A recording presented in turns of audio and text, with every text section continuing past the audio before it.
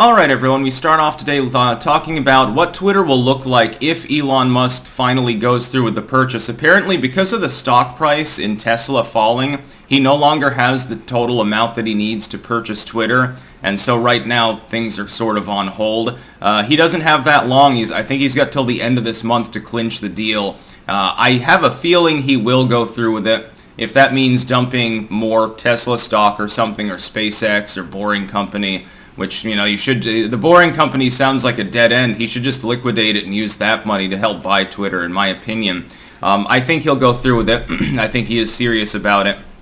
I think he also knew, of course, that Twitter would chafe at the current deal and say, well, no, we're not actually going to accept that because the stock you're using to back it and the investors you're using to back it, some of those are no longer on the table. He'll find somebody else to go in with him, I think. In the end, people, I think, would make a solid bet siding with Elon Musk getting Twitter. And here's why. Link in the description, archived, of course. This is trying to analyze what Elon Musk will do with Twitter and complaining about, oh my God, he's might turn it into a toxic cesspool. He's likely to make it more toxic than it is. He'll let Trump back on the platform. He's already stated that he will. I would point out that Trump has already stated he's all in on Truth Social.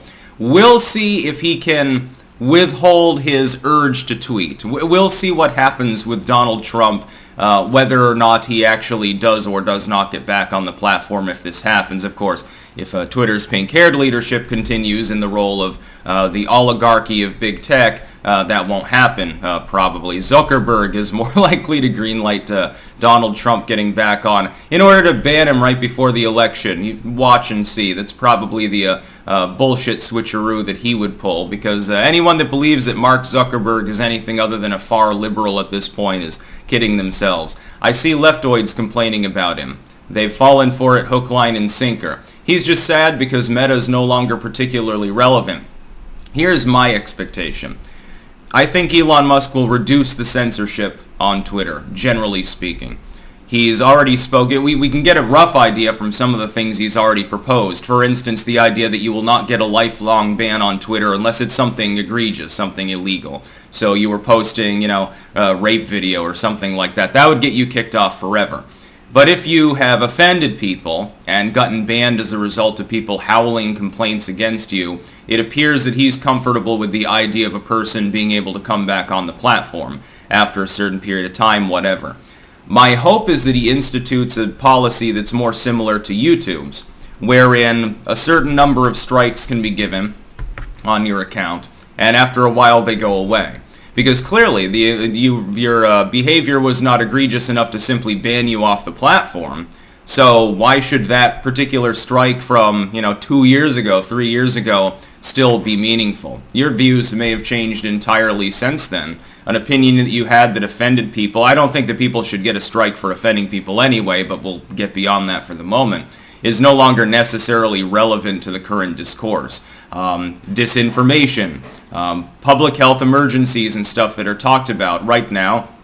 You see some sites rescinding some of their rules against misinformation with regards to certain pandemics and other things. And then they just pile on more TOS with regards to more current things that are actually in the public consciousness. The whole goal generally is to simply be able to, at their discretion, ban people that they don't like, as YouTube and Facebook move closer and closer towards being more and more authoritarian.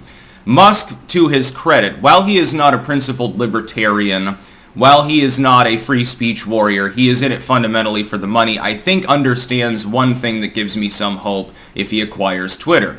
And that's that he realizes that if you are the odd man out, if all of the other websites that have big, large user bases to begin with are banning people for political reasons, for bullshit reasons really, and you don't, that those people will come to your platform, interact with people on the platform. It will piss off certain other people, but they've got a dozen other platforms to choose from. You're the only platform that's allowing people to be hateful or intolerant, which at this point just means you've had a pedestrian opinion that happens to differ from the neocon, neolib core, or you riled up a bunch of pink-haired freak leftoids. So a significant proportion of the population that otherwise may not use Twitter, in part because Twitter has banned half of the people they want to follow, will flock to the platform. That's the way to drive the user base up. As far as the economic model, of course, Twitter has had money problems now for years. I am skeptical about how many people would be willing to pay for verification. But it wouldn't be the first switch in Twitter's history, to be clear, with regards to the function of verification. Originally, like with the YouTube Partner Program and verification there, and other sites do this as well, it was to verify the person has a large audience and is notable. They need to make sure that people know it's them. Or they represent some sort of recognizable brand, so a business entity, a bank, or something like that. They've switched years ago to marking verification as being also subjugate to whether Twitter effectively endorses your opinions. So it's no longer enough to be notable. Twitter giving you the blue check mark, which at this point generally means that the person is ignorant or the corporation is sleazy, are a bunch of corrupt sleazebags. Now it means that Twitter likes your views, at least to a degree, or they tolerate your views. They don't have a specific problem with them. I don't bother even going for verification. I don't want the blue badge anyway.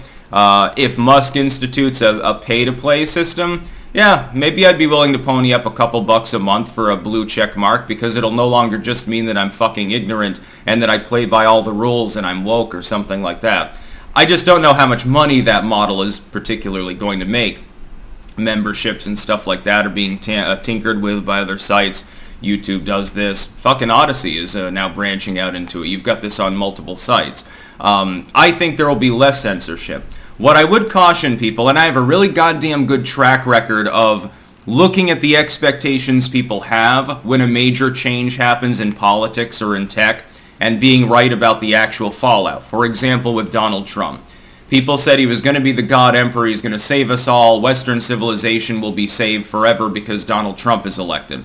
And I pointed out to them, you're expecting too much of the man. First, he doesn't have a legislature to cooperate with him. Secondly, he's a mild, like a Reaganite reformer. He's not going to take the United States back to the nifty 50s, where everyone will be going out grilling and Jimmy and Sally go to church every Sunday and everyone loves guns, God, and the Bible and stuff like that. You're not going to get that sort of thing. He's a corporate cutthroat a la the 80s and 90s, and that's how he's going to govern. You'll get reform. You'll get a hard reset back to a prior incarnation of U.S. Economics especially, and on the border to an extent, and it'll be good, but he's not going to be perfect.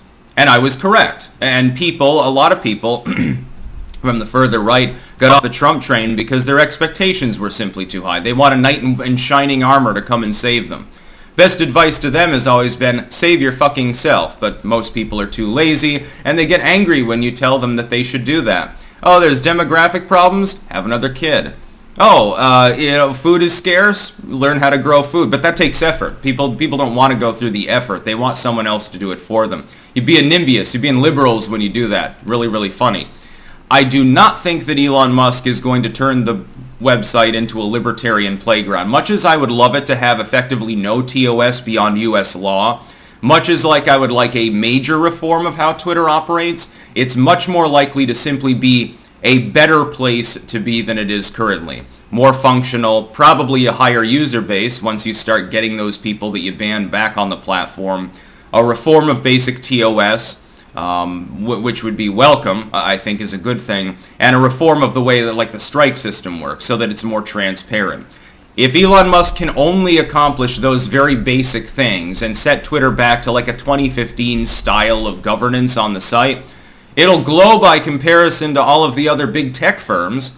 You still have to compete with new tech at this point, Rumble and Locals and fucking Telegram, the uprising of new vlogging says like a BitChute or an Odyssey or something, Substack. You still have to compete with all of them, but it'll be better. It'll be the only big tech site from yesteryear that's still functional, as opposed to all the others that are going in the other direction.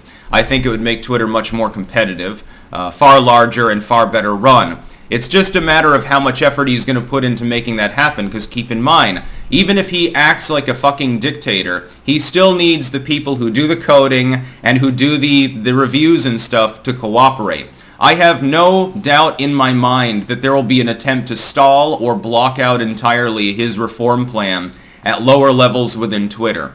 They'll get together on Slack and they'll even discuss it probably. Oh, how can we make this He's trying to reform the strike system. This means Stefan Molyneux will be back on the platform. I really hate that bastard. How can we delay this by a few months? You know, the election's coming up. How can we prevent this from happening for another year or so? There might be other forms of sabotage too. People trying to burn down the building as they leave, so to speak. It might get spicy. Just watch and see. That's about all. Peace out.